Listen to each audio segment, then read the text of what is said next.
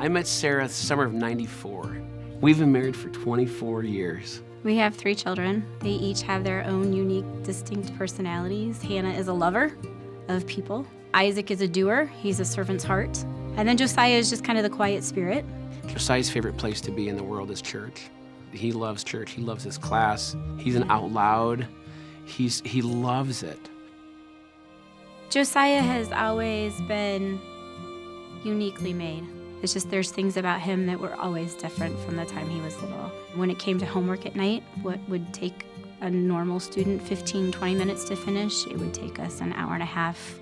Lots of tears, lots of crying on both of our parts. But there was always something deeper inside of me that kept saying something's just not right. When we got to 3rd grade, the school did some early testing of all the students. The reading portion of the test, he went from a 3rd grade reading level at the end of his 2nd grade year to a kindergarten reading level. So that got the attention of the teachers. I finally had somebody else say, something's not right.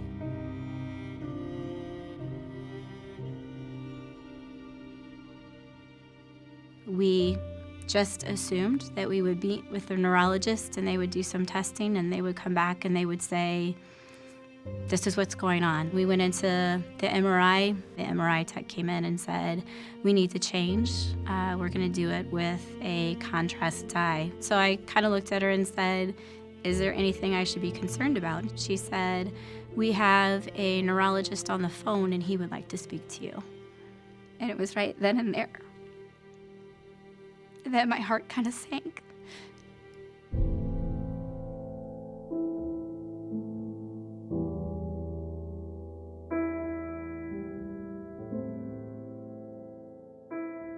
There was a small moment of celebration when she said it wasn't cancer, and then she started the sentence with but.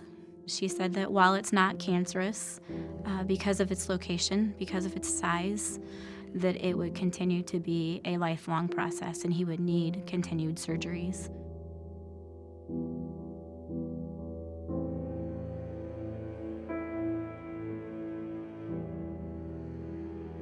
What we thought was bad got 1,000% worse. At 2 o'clock in the morning, the incision started leaking spinal fluid.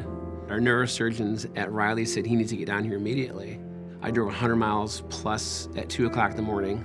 He was in surgery within an hour and a half of being there. Ends up he had an infection. Over the next several hours after the surgery, he started to deteriorate. He went from being alert and talkative to not responding well, to saying things that didn't make any sense. And within maybe 12 hours after the surgery, we were headed to ICU. The tumor started to grow again. It's putting pressure on the brain, putting pressure on the optic nerves. His eyes weren't working. He couldn't look down, couldn't look left, couldn't look right. If we don't do something, he'll die. He just won't wake up. His last surgery was a 13.5-hour surgery, 13.5 hours of the unknown. Josiah and I have a saying that we say to each other, and I say, Mama loves JJ. And he said back, JJ loves Mama. And that was my moment of knowing he was gonna be okay.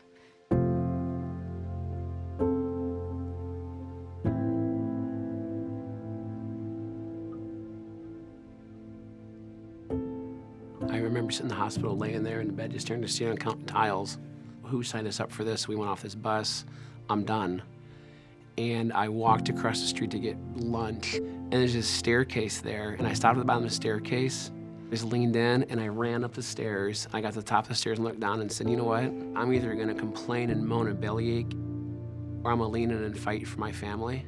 I've had storms in my life before, and a lot of times during those storms, I've ran from God. But I made a conscious decision that I was going to run to him this time. I learned that if I just stayed in the moment where I was and looked at what was right in front of me, then that's where God was.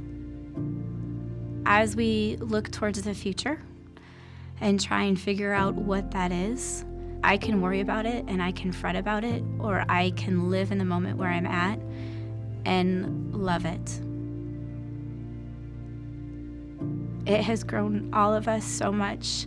I can see the faith of my children and the closeness that they have with each other and the closeness that they have with God. And I wouldn't change what we have been through at all.